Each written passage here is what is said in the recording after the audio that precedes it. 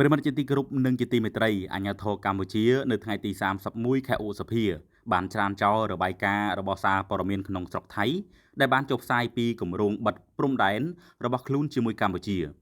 បើយោងតាមអាញាធរកម្ពុជាច្រកព្រំដែនប្រទេសទាំងពីរនៅបន្តបើកធម្មតានៅឡើយនោះទេសារព័ត៌មានថៃ The Nation និងសារព័ត៌មានផ្សេងទៀតនៅថ្ងៃទី31ខែឧសភាបានចុះផ្សាយពីផែនការរបស់រាជរដ្ឋាភិបាលថៃនិងបិទព្រំដែនចំនួន6និងច្រកបណ្ដោះអាសន្នចំនួន10សារព័ត៌មានថៃបានចោទប្រជាជនកម្ពុជាជុំវិញការធ្វើពហិការឈប់ទិញទំនិញថៃនិងធ្វើឲ្យផ្ទុះកំហឹងរវាងប្រជាជននៃប្រទេសទាំងពីរយ៉ាងណាមិញអាញាធរកម្ពុជាបានច្រានចោលរបាយការណ៍នេះដោយអះអាងថាច្រកព្រំដែននៅមានដំណើរការប្រក្រតីសកម្មភាពមានសុភាពធម្មតាដំណើរការជាប្រក្រតី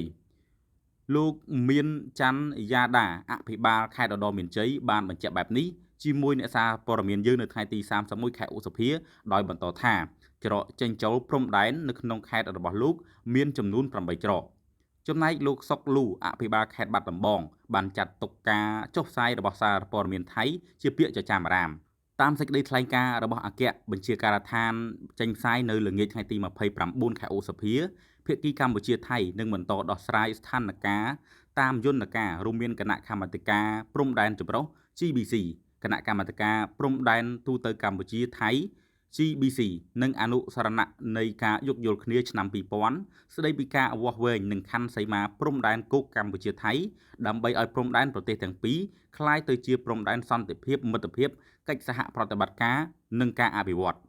ជាមួយគ្នានេះភាគីទាំងពីរនៅតែបន្តគ្រប់គ្រងស្ថានភាពតាមស្ថានភាពដើមរក្សាភាពអត់ធ្មត់និងដោះស្រាយរាល់បញ្ហាតាមរយៈគណៈកម្មាធិការព្រំដែនចម្រុះ GBC